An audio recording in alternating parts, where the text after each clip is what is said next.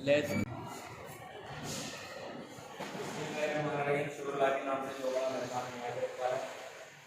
Students, आज जो है हम मैट्रिक का सेकंड प्रैक्टिकल परफॉर्म कर रहे हैं। इसके अंदर हमें क्या करना है, हम लोग जो है एसिड बेस्ड टाइट्रेशन का ही प्रैक्टिकल है हमारे पास, मगर इसके अंदर हमें स्टैंडर्डाइज गिवन सोल्यूशन है हाइड्रोक्लोरिक एसिड का। दो सोल्यूशन हमारे पास बने हुए, एक सोडियम हाइड्रोक्साइड का सोल्यूशन हमारे पास बना हुआ है। 9th क्लास के अंदर हमने सोडियम हाइड्रोक्साइड का सोल्यूशन आपको बनाना सिखाया था। ये 0.1 मोलर सोल्यूशन जो हमने आपको बनाना सिखा दिया था, बना हुआ सोल्यूशन हमारे पास बनता है। फिर हमें इसके अंदर क्योंकि एसिड बेस्ड टाइट्रेशन है, बेस तो आ गए, तो हमने यहाँ पर एसिड भी ले लिया। तो एसिड के अंदर हमें क्या करना है, एसिड को सबसे पहले हमें पिपेट के जरिए, पिपेट फिलर भी ले सकते हैं, वरना अभी ये इतना कोई स्ट्रॉन्ग एसिड नहीं है, तो क्या करेंगे, इसके जरिए पिपेट के जरिए हम 10 ml इसके अंदर पोर करना है। इसके अंदर कॉनिकल फ्लास्क के अंदर, क्योंकि हम फिर बाद में टाइट्रेशन कराएंगे। कॉनिकल फ्लास्क मैंने बीकर से कॉनिकल फ्लास्क के अंदर पोर करने के लिए हमें क्या करना पड़ता है, सबसे पहले हम इसके अंदर डाल देंगे और हल्का सा सक करेंगे, बिल्कुल हल्का सा।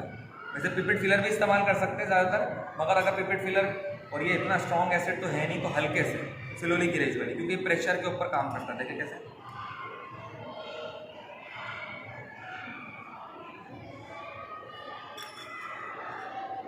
आ गया। अब ये पिपेट फिलर के अंदर हमारे पास एसिड आ गया।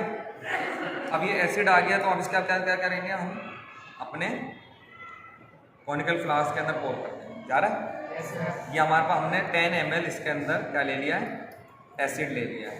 और ये इसका नाम क्या है, तो ये स्टूडेंट पिपेट। और अगर आपको डर लगता है, खौफ होता है कि भाई एसिड मेरे मुंह में ना चल जाए, तो आप ज़्यादातर पिपेट फिलर इस्तेमाल होता है। पिपेट फिलर को ऐसा लगाओ, सक करेंगे ना, अपन पंप करेंगे तो खुद ही सोल्यूशन ऊपर की तरफ आ जाएगा। आप मुंह से भी कर सकते हैं, मगर वो थोड़ा सा खतरनाक हो सकता है कि मुंह में, बेचारा बच्चे होते हैं, खुदा ना हादसा मुंह में न चल जाए एसिड से ना, तो इसलिए सही है। तो हमारे पास ये पिपेट फिलर है, ये पिपेट है। हमने कॉनिकल फ्लास्क के अंदर 10 ml सोल्यूशन हाइड्रोक्लोरिक एसिड का ले लिया है, सही है, वो हमने इधर रख दिया।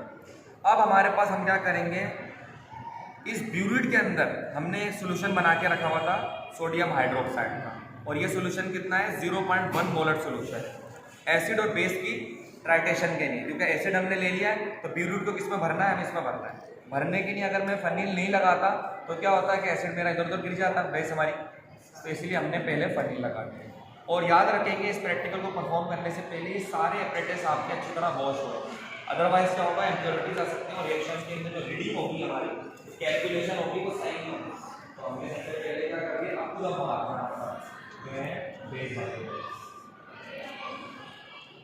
आ रहा ऊपर, यस सर। आपको अप टू द मार्क आया, कहाँ तक आया, सही है।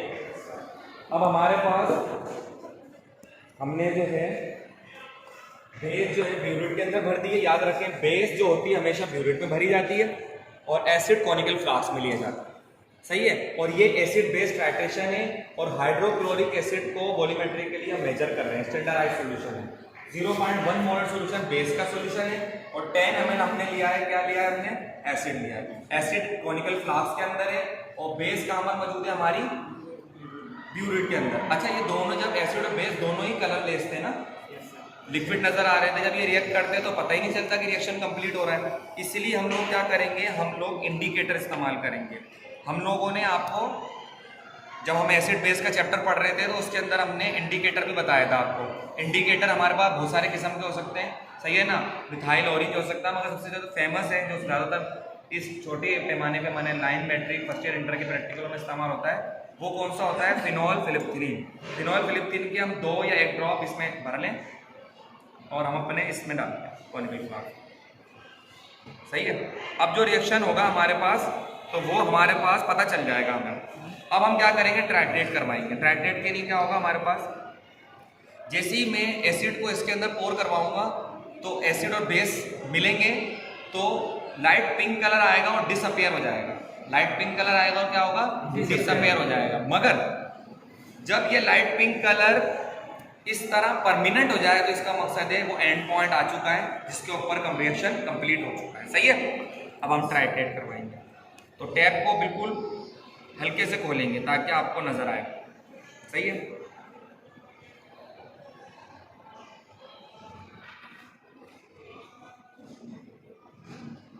लाइट पिंक कलर आ रहा है,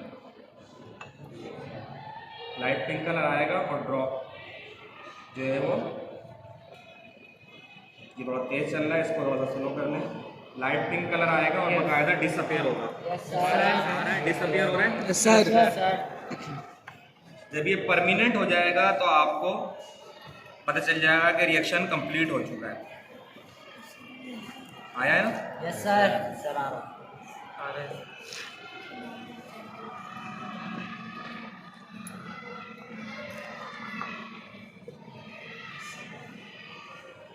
हल्का हल्का लाइट पिंक हो रहा है, नीचे से नजर आया। अब दोबारा कर,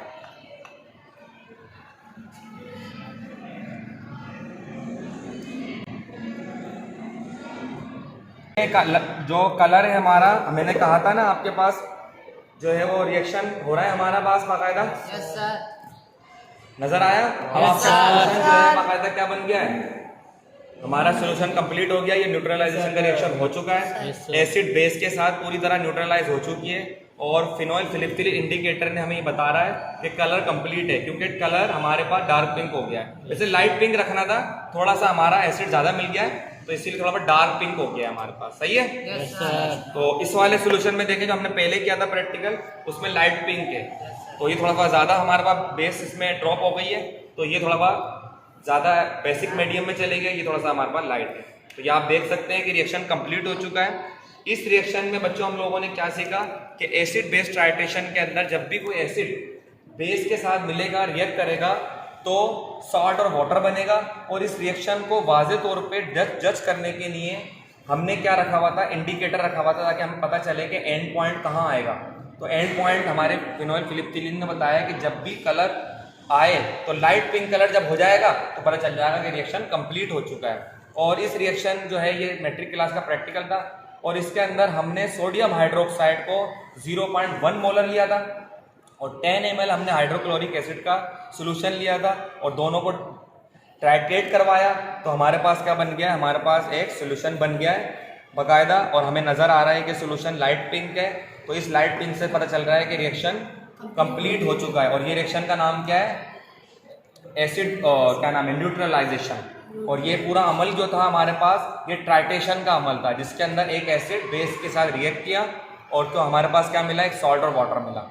और ये स्टैंडर्डाइज सोल्यूशन था हाइड्रोक्लोरिक एसिड का, जिसको हमने 0.1 मोलर सोल्यूशन के साथ करवाया है। सही है ना? बाकायदा इसमें फिर बाद में हम फार्मूला यूज़ करके इसकी मोलरिटी, वॉल्यूम और नंबर ऑफ मोल्स भी बाकायदा मालूम कर सकते हैं। वो बाद के अंदर प्रैक्टिकल के एंड के अंदर कैलकुलेशन करते हुए इस्तेमाल करेंगे। और इसकी रीडिंग जो है हमें 3 मरतबा लेनी होती है। जब हम रीडिंग लेते हैं तो हमें पहली मरतबा रीडिंग नोट कर लेते हैं कि हमने यहाँ से यहाँ तक ली, फिर जितनी बेस बच जाती है फिर दोबारा रिएक्ट करवाते हैं, फिर उसकी भी रीडिंग नोट कर लेते हैं, फिर तीसरी मरतबा करते हैं। 3 मरतबा रीडिंग लेने के बाद हम इसका मीन निकालते हैं, क्योंकि हो सकता है कोई छोटी मोटी एरर आ जाए। तो 3 मरतबा जो वैल्यू आएगी उसका एवरेज निकालेंगे तो हमारे पास एक लगभग एग्जैक्ट वैल्यू आ जाएगी जो काबिल कबूल रिजल्ट होगा हमारा। तो मुझे उम्मीद है आपको मेरा ये प्रैक्टिकल समझ में आया होगा और आगे भी हम जो है इस तरह के प्रैक्टिकल परफॉर्म करते रहेंगे।